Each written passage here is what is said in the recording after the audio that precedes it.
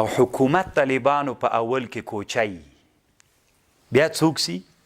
بازارای هر حکومت طالبانو په اول کې څوک وي علامه ابن خلدون رحمه الله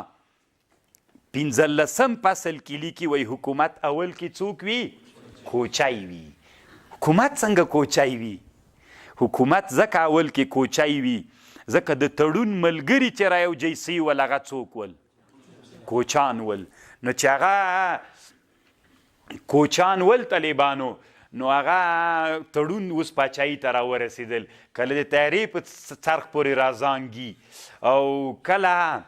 په دیوالونه چې ښه دیوال وویني لیکل پې باندې کوي دش کوي چې دا هم د موږ کلی ده که نه ارګانونو باندې او چې برق وویني صاحبه که نه نو تشناب چې وویني بیت الخلا نو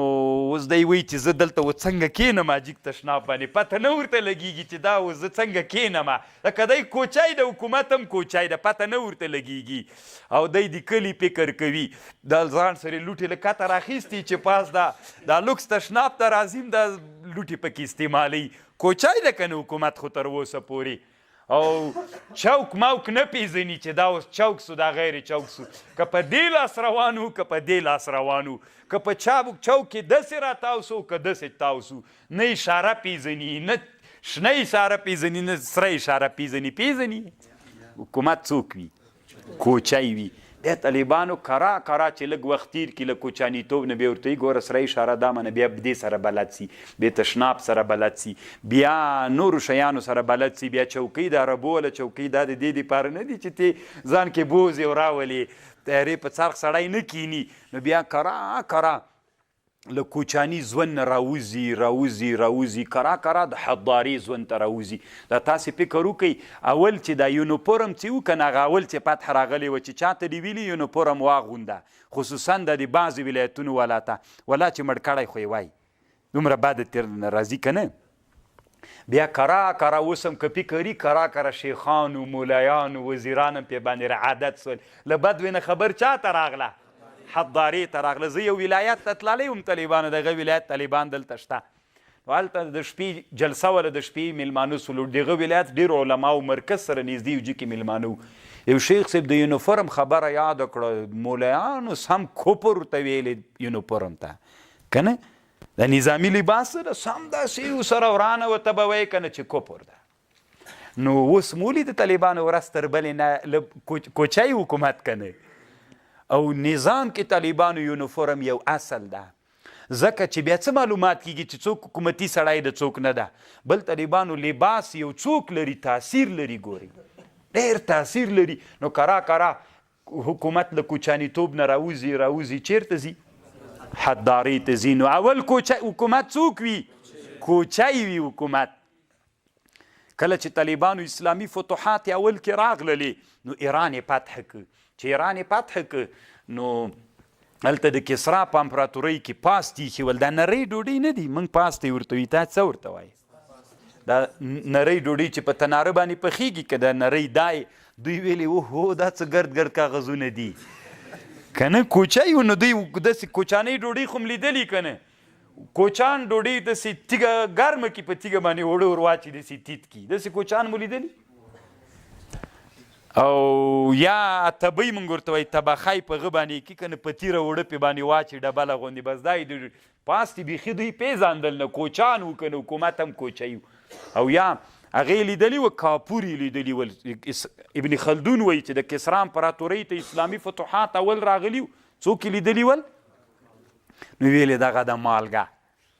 د مالګې په ځای استعمالوله بیا وروسته پوه شول چې خوند یې څکلی چې دا څوک نه ده نو حکومت اول کې کوچی وي باید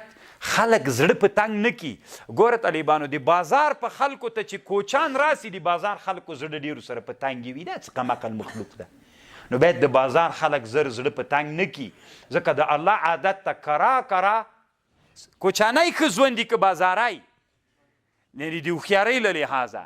بازاری نو چې دا کوچان راسي که نه په چپه ورسته روان وي نه څوک پیژني موټر ته بس ناست دي نور په دې کې نه چې هلته لیکتی وي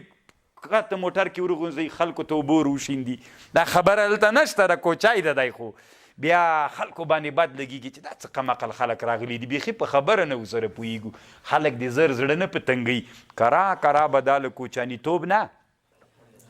له بدوي نه حداري ته ځي کرا کرا مزل کوي 3 کلونو کې سم د حداري خلک ترنه جوړ سي دی که نه طالبانو اوس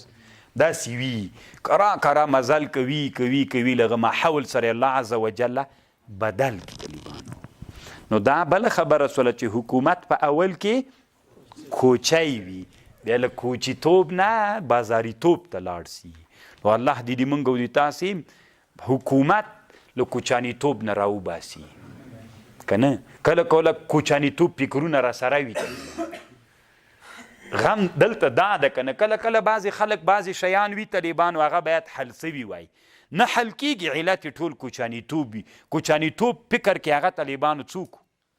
زه یو ملا د طالبانو د افغانستان په کوچاني ژوند کې ملا ده یو ملا ده په کابل کې ملا ده هغه ملا نه دی چې اما یوه مسله ده هلته دی چې فتوا ترې وغوښتله یو رقم ته حکم ده په بازار کې چې ترې وغوښتله بل رقم ته حکم ده فرق کوي که نه کوي ترې هغه ملا کفر ورته ښکاري د ملا وي دا جایز ده څه پروا کوي